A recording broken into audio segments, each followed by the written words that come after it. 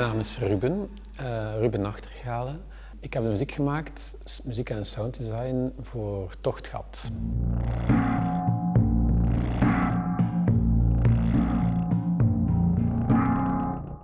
Die specifieke nieuwe categorie, ontwerpersprijs, met daaronder dus ook sounddesign, vind ik natuurlijk wel leuk, want ik ben eigenlijk een muzikant die vooral voor theater werkt.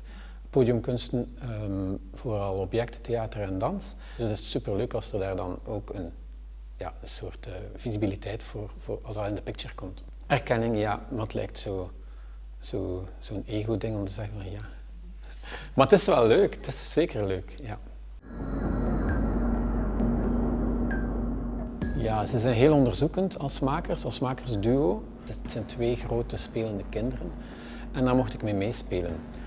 Dus als maakproces is dat voor mijn type maker ideaal. We starten eigenlijk heel wild, alles is mogelijk, ook op het vlak van muziek. Dus ik werk soms graag met bruitage, foliegeluid of met een akoestisch instrument dat ik dan een dag mee opnames doe. Dus hier heb ik voor Tochtgat gewerkt met Berlinde de Man, die Serpent speelt.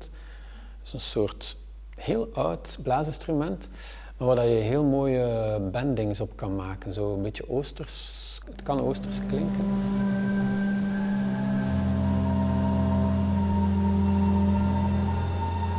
Het is natuurlijk cliché, ik wou iets met lucht, Tochtgat, lucht met een blazer. Dus ik heb er dan op zo'n manier laten dingen inspelen dat ik wist dat ik daar achteraf heel veel kanten mee uit kon om te samplen en om te bewerken en eigenlijk als virtueel instrument te gaan gebruiken achteraf. Gaandeweg ontstaan er wel al stukken waarvan waarvan de ploeg zeker is van dit werkt. Dus er wordt gedefinieerd van dit werkt, daarom.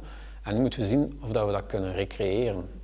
Kunnen we dat opnieuw doen? Is dat überhaupt mogelijk? Want met die tocht bijvoorbeeld, met die blazers die in Tochtgat zo prominent zijn, kan je niet alles controleren. En dan is er hier heel hard gezocht naar hoe ver kunnen we het wel controleren en reproduceren. Maar er is wel heel hard aan gewerkt op dat moment om de certitudes, de kwaliteiten die we willen, dat er zal zijn. En als er iets fout gaat, hoe dat we dat zo goed mogelijk, dat organische van die dingen die wel ontstaan, moet wel allemaal echt ontstaan. Dus dat was ook mijn opdracht als muziek, om een omgeving te maken waarin dat die dingen ook konden ontstaan. En soms mag ik dan met de muziek heel hard achteruit deinzen en eigenlijk niet gaan sturen. Maar natuurlijk het leukste is als ik kan uitpakken met een heel wilde scène waarin dat Peter plots in een latexpak verschijnt en helemaal wild gaat. En dan mag ik ook lekker wild gaan en dan doe ik dat. Ja. Die zilveren doek die erin zit bijvoorbeeld, er komt zo'n zilveren slang. Dat is eigenlijk gewoon een soort isolatiemateriaal. En dat is op een stuk heel wilde muziek. En die slang heeft zijn eigen dynamiek en klank en dat werkt heel mooi samen. Daar ben ik wel blij om.